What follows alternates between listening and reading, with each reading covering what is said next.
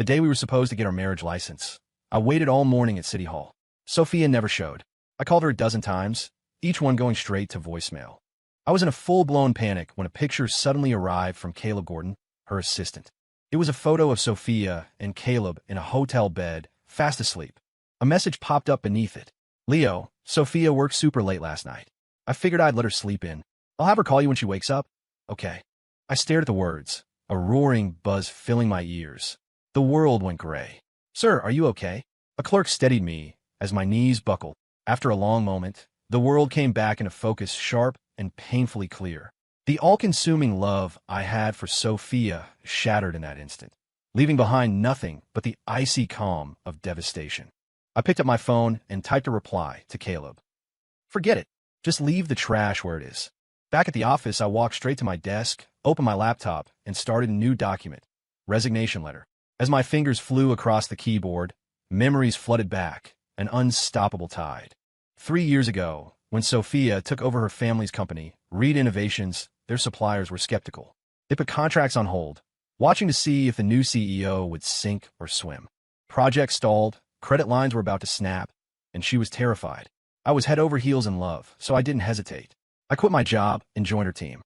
To pull the company back from the brink, I poured everything I had into it. I used my engineering background to spearhead the development of a groundbreaking new product that was miles ahead of the competition.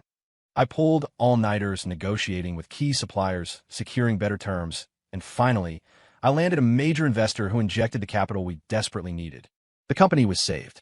The turnaround became a legend in our industry, and Sophia was hailed as the new Iron Lady of tech. At the celebratory gala, I worked up the courage to propose, and she said yes through tears of joy. In that moment, I was the happiest man alive. But I don't know when it started to change. Slowly, the smiles on Sophia's face became rare, and her gaze grew sharp, appraising. Drowning in praise from the outside world, she fell in love with being looked up to, with the feeling of absolute control. When we discussed new strategies, she no longer listened to my analysis. She'd shut me down with an unchallengeable coldness, often in front of others. She even insisted we downplay our relationship at the office, calling it maintaining professionalism. In contrast, her attitude toward Caleb, the new assistant, was entirely different. He was a recent grad, clumsy and prone to mistakes, but Sophia never got angry. She would just gently reassure him. At first, I didn't think anything of it, but then she started taking him out to concerts, art festivals, long dinners, things that went far beyond a professional relationship. I finally realized something was seriously wrong. I tried to talk to her, to remind her that he was her employee and I was her fiancé, but every conversation devolved into a bitter argument. And now this, standing me up on the day we were supposed to make it official, all for him. It was finally painfully clear. It was time to let go. The freshly printed resignation letter was still warm in my hand when my office door flew open without a knock. Sophia stood in the doorway, her expression like ice. Leo, conference room. Now, before I could answer, she was gone. I placed the letter on my desk and walked to the conference room. All of the company's department heads and senior managers were already there. I'm announcing a decision, Sophia said, her gaze sweeping across the room. Her voice held a regal authority that permitted no dissent. In light of his outstanding performance, particularly in handling market feedback and client communications, I've decided to promote Caleb Gordon to Associate Director of Marketing. He will be assisting Director Vance with his duties. A stunned silence fell over the room. Everyone exchanged confused glances. Caleb had been here for what, a few months? What achievements? His job consisted of getting coffee and taking meeting minutes. A promotion to associate director? He'd basically skipped the entire corporate ladder. Caleb stood, his face a mixture of feigned surprise and humility. He gave a small bow. Thank you, Ms. Reed, for your trust. My experience is limited, so I look forward to learning from all of you. I let out a short, sharp laugh.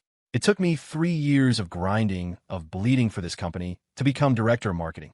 And now, with a single sentence, Sophia was promoting her little pet project to be my number 2. She was really trying to get under my skin. As if she heard my scoff, Sophia's eyes locked onto mine. She spoke in a commanding tone. Leo, you're experienced. You know it takes time for new leaders to get up to speed. Our new product launch is in 3 days. It's the perfect opportunity for you to mentor him. I refused. My voice was colder than I'd ever let it be with her. Marketing doesn't need a two-faced sycophant who only knows how to play innocent and suck up. The room went dead silent. No one had ever seen me, the man who had always been Sophia's biggest champion, so openly defy her, especially not with such brutal honesty. Caleb's face went white, and his eyes immediately welled up with tears, as if he'd been mortally wounded. I know Director Vance has some misunderstandings about me. Please, just give me a chance. I'll work hard. I won't disappoint Miss Reed. Sophia's expression softened into one of pure sympathy. She pulled a tissue from her purse and dabbed at his eyes before turning her glare back to me, her face a mask of fury. Leo, my office. Her voice was low, laced with an approaching storm. I stood up, my face a blank slate, and followed her out. The second her office door closed, Sophia's tone shifted, becoming uncharacteristically gentle. Leo, I know you're acting out because of this morning. I forgot about City Hall, she said, the lie rolling effortlessly off her tongue. I had a last-minute meeting with a massive client, and I couldn't get out of it. You know, I did it for the company, for our future. We can get the license anytime. Once things calm down, we'll pick another day. She sighed. Even if you're mad, take out on me. Don't bring this negativity to work. How ironic.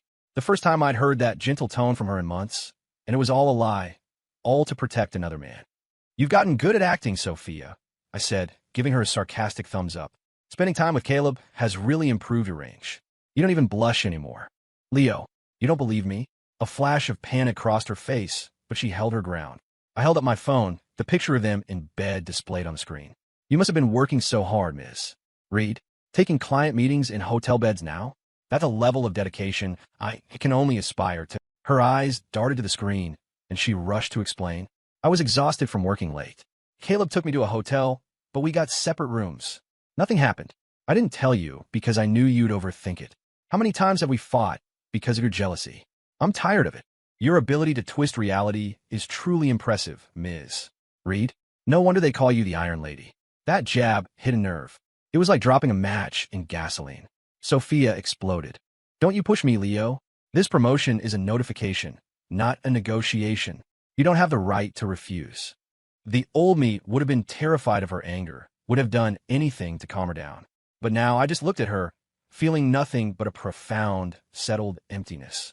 As long as I'm the director of marketing, I said calmly, if you dare bring him onto my team, I'll find 100 ways to make his life a living hell.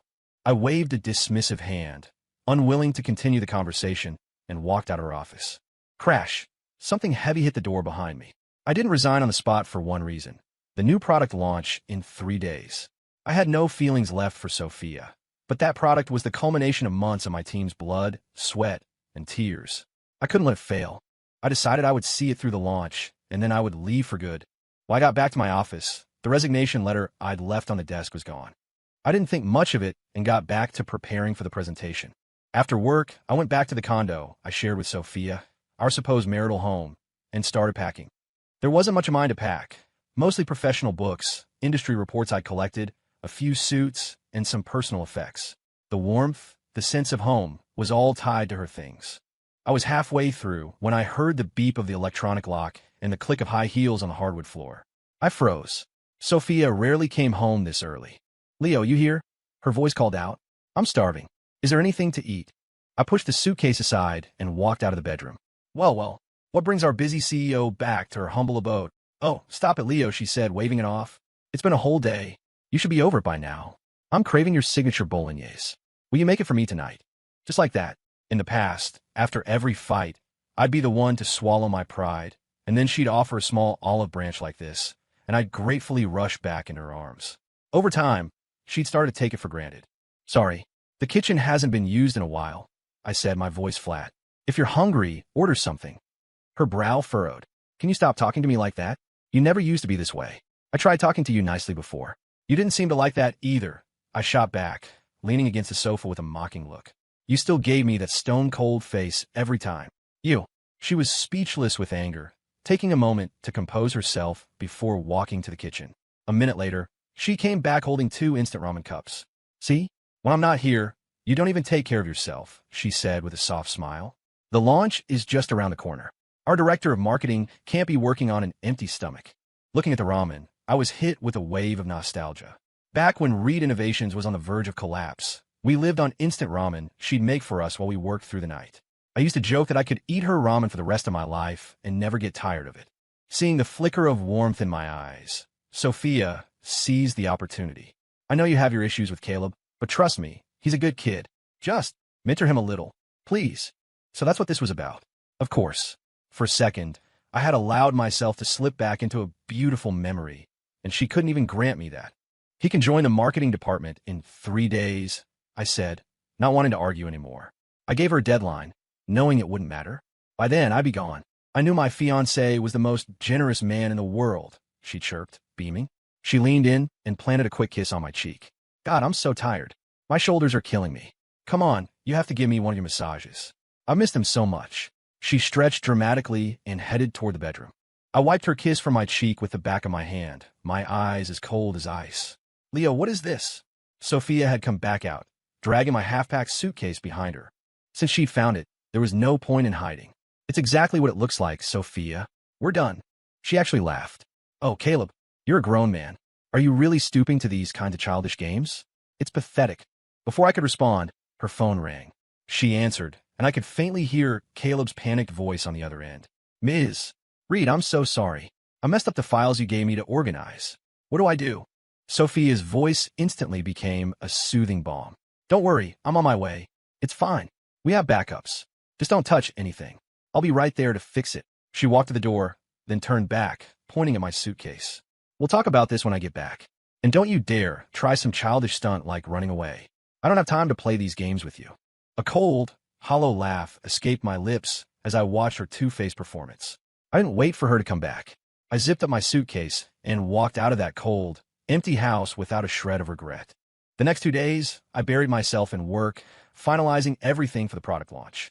The night before the event, however, I received an email with a single attachment. It was my resignation letter, with Sophia's neat, perfect signature on the approval line. Leo, Caleb said, standing in my doorway and waving the printed document in front of my face. Ms. Reed has accepted your resignation. You can pack up your things now. He smirked, and you don't need to attend the launch tomorrow. Sophia knew how much this launch meant to me. She would never have approved my resignation right before it. Something was wrong. So, it looks like our new associate director is planning to use this launch to make a name for himself, I said, looking up at him calmly. Caught red-handed, Caleb felt no shame, only smug triumph. Don't worry, I'm going to prove that I'm every bit as good as you are.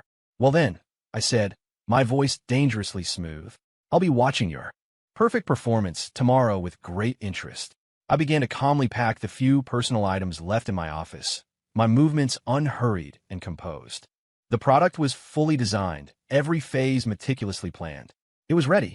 As for Caleb trying to steal my thunder, I wasn't worried. He didn't have a talent. By the way, I said, holding up the signed resignation letter, to thank you for this, let me give you a piece of advice. Caleb's eyes lit up. Bring a change of pants to the launch tomorrow, I said with a thin smile. I'd hate for you to have an accident on stage. The launch event for Reed Innovations' new Aura phone was a spectacle of light and sound. The room was packed with media, their cameras aimed at the stage like a firing squad. The air crackled with anticipation. But I, the man who had spearheaded the entire project, was nowhere to be found. Backstage, Sophia paced relentlessly, calling my phone over and over, only to be met with the same cold, automated voice. The person you're calling is unavailable. The minutes ticked by. The guests were all seated. The pre-show music was already playing. Ms. Reed, Caleb said, seeing his opportunity. It looks like Leo might be held up. Maybe. I should go on.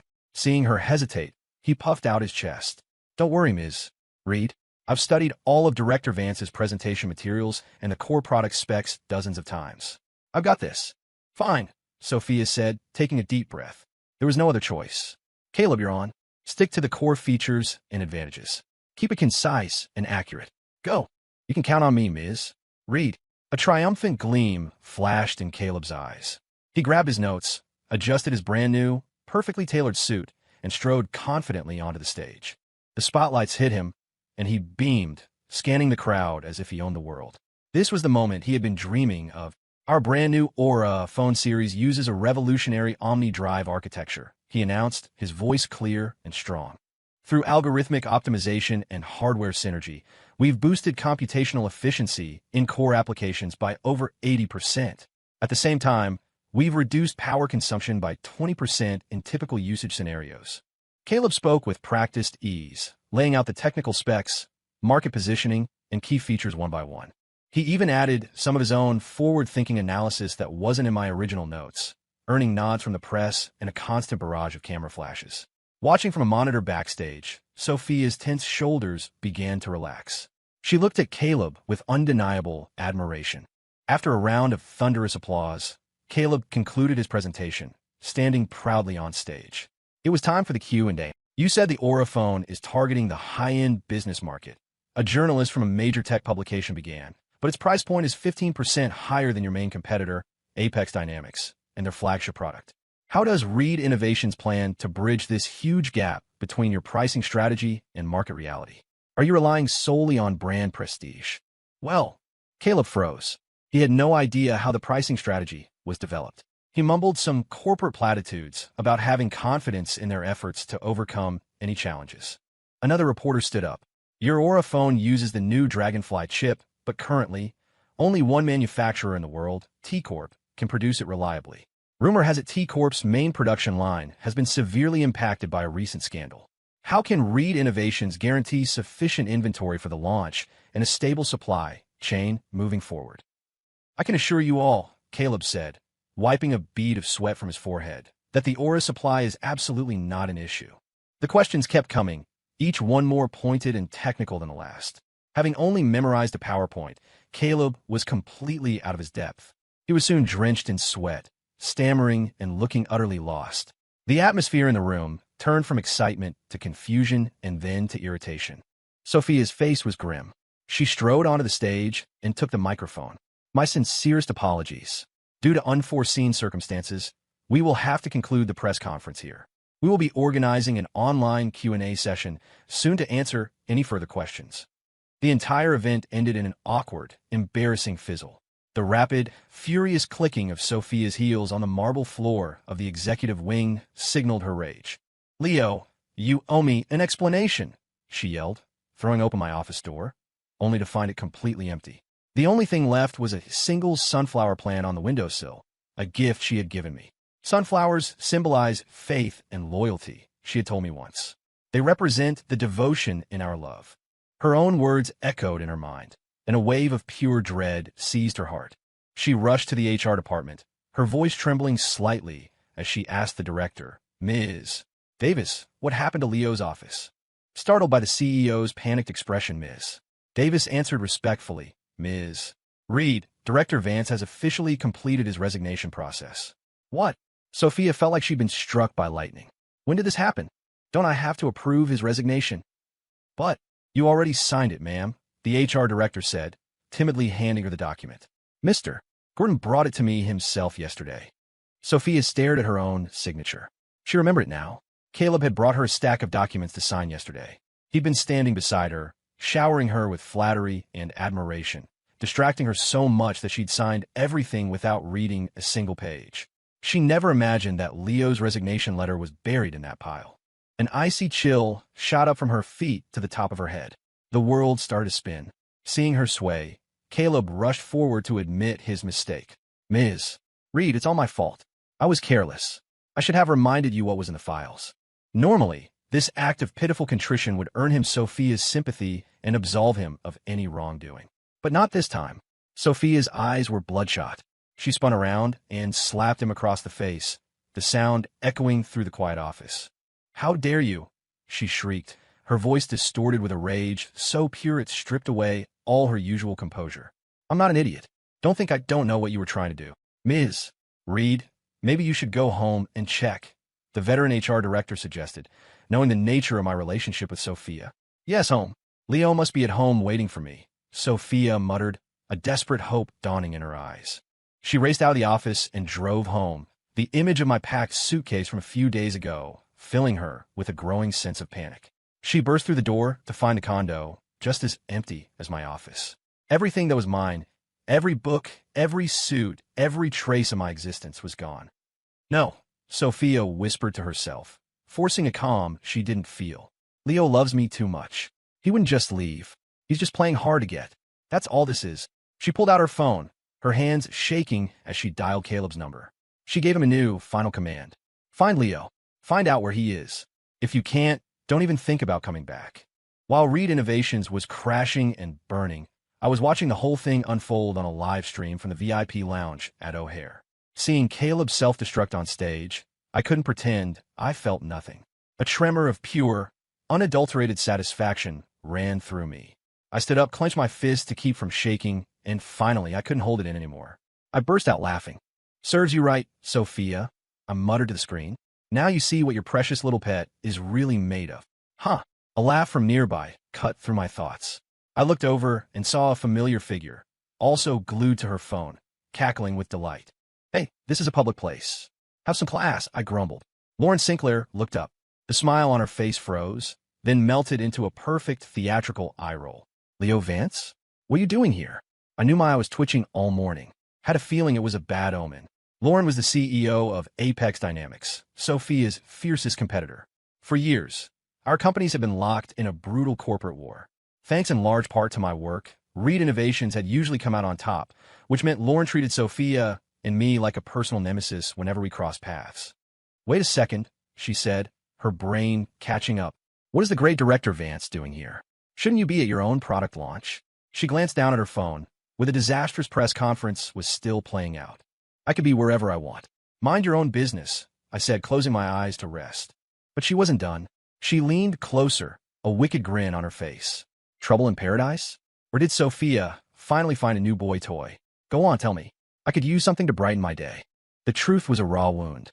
I ignored her, pretending she wasn't there. Lauren let out a dismissive humph and went back to her phone.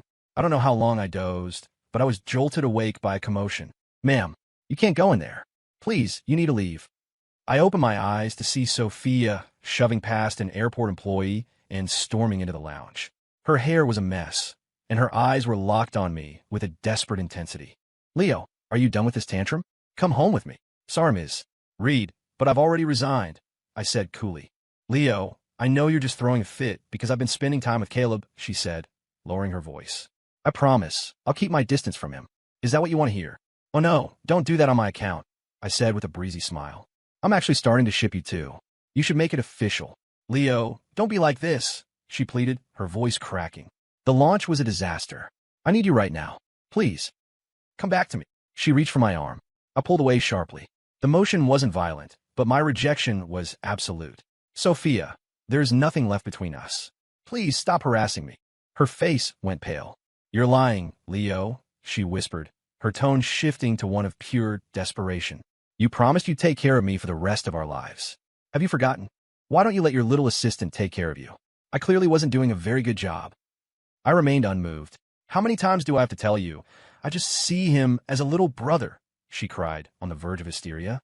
I pulled out my phone and played a video a friend had sent me. It was security footage from the hotel the night before our City Hall appointment. It clearly showed Sophia and Caleb walking into a single hotel room together, embracing, and not emerging until noon the next day. Is this what you call separate rooms, and nothing happened? It's not what it looks like. Let me explain. This doesn't prove anything. Sophia, I stared her down, my voice level and sharp, peeling back the last layer of her delusion.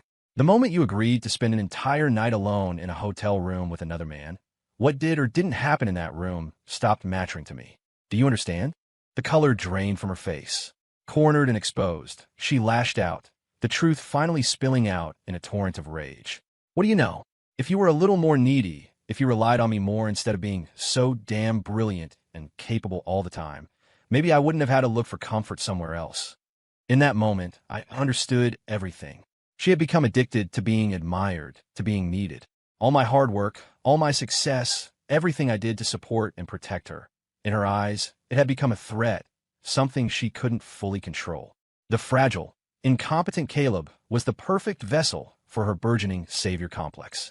My entire worldview felt like it was crumbling. So being too good at my job was my original sin?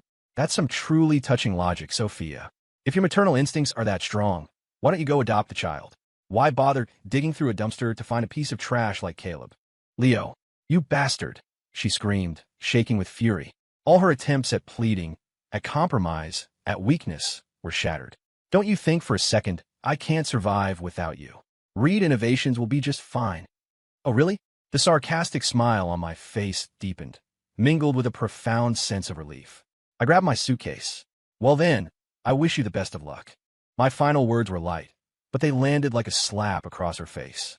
I walked past her without a second glance, but out of the corner of my eye, I saw Lauren Sinclair. The renowned CEO of Apex Dynamics was sitting in a corner, munching on popcorn and watching our little melodrama, like it was the season finale of a hit reality show. Boarding the plane, I could buckle my seatbelt and close my eyes, ready to shut out the world. Then I heard a familiar voice from the seat next to me. I seriously need to start reading my horoscope. My luck today is just abysmal. My headache intensified. During the flight, I could feel her staring at me. It was relentless. Finally, I couldn't take it anymore and opened my eyes, meeting her gaze. Her eyes were wide, practically screaming, "Spill the tea," and her expression was one of someone about to burst from holding back 1,000 questions. "Just ask whatever you want to ask," I sighed, resigned. "I don't want you to hurt yourself holding it in." Her face lit up like a Christmas tree. She leaned forward eagerly. "Really? Okay, no holding back. Let's have it. What is the hot, juicy, scandalous gossip between you, Sophia, and that little wilting flower she's so obsessed with? Are you sure you're the ruthless CEO of Apex Dynamics?" I couldn't help but ask. "Excuse me, it's after hours," she retorted, pouting. "Do you expect me to keep my work face on 24/7? Let me live a little." She leaned in again. "Come on, tell me." "No comment," I said, crossing my arms. "Hey." Her excitement evaporated, replaced by a comical pout. Her face scrunched up in annoyance. "Then why did you tell me to ask? You take it back. So stingy." She huffed, turned away, and started watching a show on her tablet. The plane landed in the sun-drenched beauty of Miami. This was the city Sophia and I had dreamed of visiting together. Now I was here alone. After grabbing my luggage, I took the hotel shuttle and checked in. As I pulled out my key card, I heard a beep from the room directly across the hall. The door swung open. I looked up, my heart sinking with a sense of cosmic absurdity. "You have got to be kidding me," Lauren and I said in perfect unison. The next morning, the sun was brilliant. I threw on some casual clothes and sunglasses, ready to explore the city and clear my head. The moment I opened my door, however, Lauren's smiling face was there to greet me. "Huh, I've figured it all out," she declared with a triumphant grin. "As your top competitor, I keep very close tabs on every move Reed Innovations makes." "Right," I said, walking past her without breaking stride. "Oh, don't be mad," she chirped, falling in a step beside me. "It's Sophia's loss." She threw away a diamond to pick up a worthless rock. "Lauren, what do you want?" I stopped and turned to face her, my brow furrowed. "My point is," she said, puffing out her chest and giving me a playful wink, "since Sophia doesn't want you, you should be with me." Huh. I was completely lost. Oh no. Realizing how that sounded, she quickly backpedaled. "I mean, join Apex. With us working together, we could absolutely crush Reed Innovations. We'll make Sophia regret the day she was born." Not interested. Later, on the beach, I stared at Lauren, who was happily sipping from a coconut. "I already told you I'm not interested." "I expected you to say that," she said, taking a long sip. "Even the best salesmen get told no a few times first. I'm confident I can win you over." "Lauren, don't you have some kind of business event to attend here?" I tried to steer her back to reality. "My most important business right now is poaching you," she declared. "My assistants can handle the small stuff." She suddenly brandished a massive water gun from out of nowhere. "All right, no more work talk. Time to relax." And with that, she opened fire. For the next few weeks, wherever I went, Lauren was there, as if she'd planted a GPS tracker on me.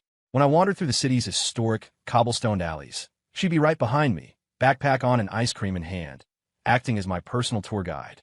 When I hiked to a fog-shrouded mountain peak, she'd follow, panting and complaining the whole way up, only to shout with renewed energy at the top, "This view is incredible." We spent the better part of a month like that.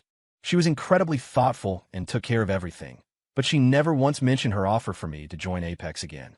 One evening, standing by the pier at South Point Park, I couldn't hold back anymore. "All right, Lauren, have you decided to abandon Apex Dynamics? Are you making a career change to be my personal tour guide?" "Of course not. That's the empire my father built for me," she said, hands on her hips, looking at me like I was insane. "Did you really think I was just playing around with you all day?" She pulled out her phone and waved it in front of my face conspiratorially.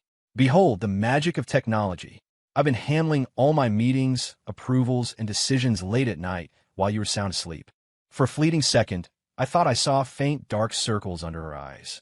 "Hey, Leo, let's go see a puppet show tomorrow," she said, already planning our next adventure, her eyes sparkling with excitement. "I'm done playing," I said, shaking my head. She froze, a flicker of anxiety in her eyes. I stood up and stretched. Can't just have fun all the time. A man's got to earn a living. So, what are the benefits like at Apex? Lauren stared at me, dumbfounded. A second later, her eyes went wide, as if a million stars had just exploded within them. Leo, are you serious? You'll do it. Yeah, I nodded. Yes. That's amazing, she yelled, jumping up and down like a little kid. You can name your salary. As she suddenly stopped, her expression shifted, and she lunged at me playfully. Wait a minute. You were just messing with me before. You can't hold it against me when I start. I laughed, dodging her attack. We'll see how you perform, she said with an arrogant pout. And we are still going to the puppet show. I've been looking forward to it.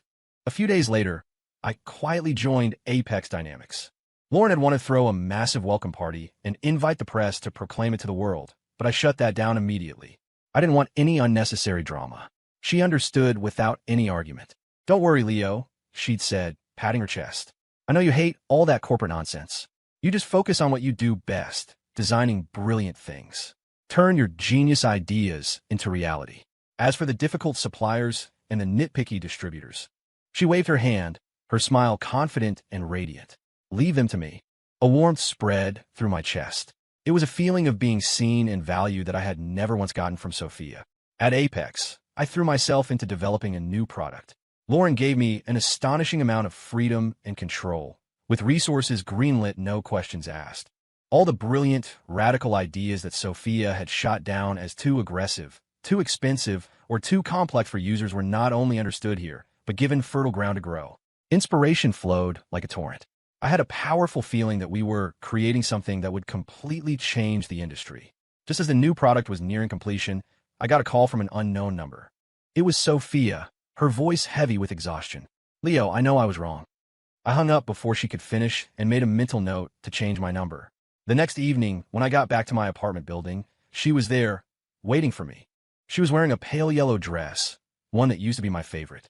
The moment she saw me, her eyes lit up, and she hurried over. Leo, you're finally back, she said with a gentle smile, holding up a thermos. You haven't eaten, have you? I've been learning to cook. I made something for you to try. For a dizzying moment, I saw the woman I had first fallen in love with, the Sophia I had loved down to my bones. But that beautiful memory had long since been crushed to dust by her own hands. If you have nothing else to say, Miss Reed, please leave, I said, my voice like ice. Leo, please, she said, grabbing my hand, her voice pleading. I fired Caleb. We can go back to how things were. Please, don't you dare use the past to discuss me. I spat, yanking my hand away. You don't have a right. I turned and walked toward the building entrance. I was wrong, Leo. I was really wrong. Please, forgive me, she cried out desperately. You wanted to marry me, right? We could go tomorrow. We'll get the license, I promise. No, thank you. I stopped and looked her directly in the eye, speaking each word with chilling clarity. Sophia, I am genuinely, sincerely grateful to you. Thank you for not showing up at City Hall that day. You're the one who cut the final thread. You set me free. No, you love me. You love me, she repeated, her voice unraveling, a wild look in her eyes. I didn't give her a second glance. I walked inside and closed the heavy door behind me. For the next few days, Sophia waited outside my apartment, putting on one tragic performance after another. It was exhausting. Finally, after a call to building security, she stopped coming. Later, through the grapevine, I heard the full story. Reed Innovations, once a titan of the industry, had collapsed faster and more completely than I ever could have imagined. First, Caleb Gordon, the man Sophia had placed all her faith in, had driven the company into the ground. Every major project he led, with Sophia's full backing, was a catastrophic failure. Design flaws, broken promises, terrible user experiences, their biggest clients left in droves. In a fit of rage, Sophia finally fired him. But Caleb, in a final act of betrayal, retaliated by packaging up all of Reed's core intellectual property, contract details, and even sensitive client data, and selling it for cheap to the company's hungriest competitors. Furious and full of regret, Sophia pressed charges. Caleb ended up in prison, getting what he deserved, but it was too late.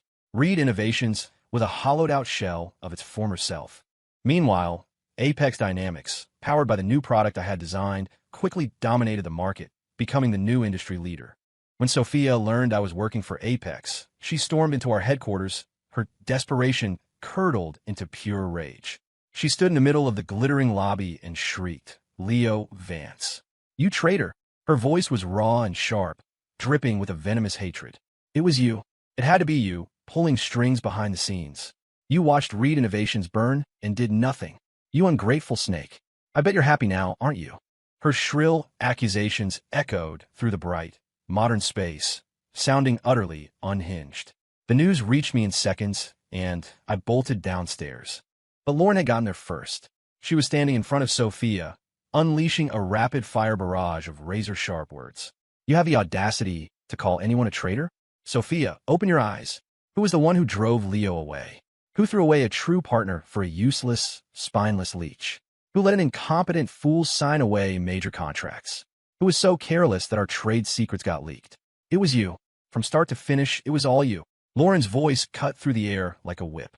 What gives you the right to come here and cause a scene? Is it that mouth of yours, the one that's only good for blaming others for the grave you dug yourself? Wake up, Sophia. Your life is a mess because you made it that way. You threw away gold because you preferred digging through a sewer for a shit-covered rock. In the office, Lauren was warm and approachable. But when faced with an enemy, her entire demeanor shifted. She became a predator, fierce and utterly dominant. Sophia, withered and pathetic, stumbled backward, completely overwhelmed. There was no trace of the powerful Iron Lady left. Finally, snapping, Sophia lunged at Lauren. It was you, you little bitch. You did this. Slap. I got there just in time, my hand connecting with Sophia's cheek. She stared at me, stunned, her expression a mask of disbelief. Leo, you hit me. I'm sorry, I said, my voice devoid of emotion as I looked at her like she was a stranger. But I will not tolerate you disrespecting my boss. No, you wouldn't. You're not this cruel. My words seemed to drain the last of the strength from her body. She collapsed onto the floor, sobbing. In that moment, she finally understood. The man whose loyalty she had taken for granted, the man whose value she only recognized after she had personally pushed him away and trampled on his dignity, was gone forever. So, back in my office, Lauren bounced over to me, her eyes shining like a kid who had just won a fight. That was a pretty good takedown, right? Did it help you blow off some steam? Don't you ever do that again, I said, my voice a low reprimand. You don't know what a desperate person is capable of. She could have hurt you. Sorry, Lauren said, making a piteous face that didn't match her defiant tone at all. I'll do it again next time. I sighed. I had no defense against this woman. I turned to leave, but she blocked the door. She clasped her hands behind her back, tilting her head and batting her eyelashes. She drew out her words in a teasing sing-song. Mr. Vance, I just avenged you in a most spectacular fashion. Don't you think I deserve a little thank you? I looked at her face, so close to mine, her expression screaming, give me my reward. I was speechless, trying to think of what to say. Any material gift would feel cheap and distant. As I stood there, frowning in thought, Lauren's playful smile deepened. She suddenly rose up on her toes, her cheeks flushing slightly. She leaned in close, her voice dropping to a whisper that was meant only for me, laced with a surprising hint of vulnerability and a seriousness I had never heard from her before. Or maybe, you could just be mine. 3 months later, Lauren and I got our marriage license at City Hall. There were no ghosts, no drama, just the two of us. That evening, she was curled up on the sofa, lazily tapping away on her tablet, when she suddenly burst out laughing. You'll never guess what kind of business proposal just landed in my inbox. She handed me the tablet. On the screen was a buyout offer from Reed Innovations. The price was insultingly low, and it came with a bizarre condition, that Sophia Reed be appointed as my special assistant. She just doesn't give up, I said, raising an eyebrow.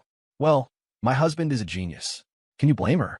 Lauren said, her eyes twinkling with mischief. I pulled out my phone and brought up the photo from our bedside table, a picture of our marriage certificate. Send her this. Lauren's eyes curved into crescents of pure delight. Brilliant idea. Her fingers flew across the screen, sending the email. A moment later, she pulled me close, planted a quick, loud kiss on my lips, and simultaneously snapped a picture with her phone. Let me just add a real-time bonus, she grinned.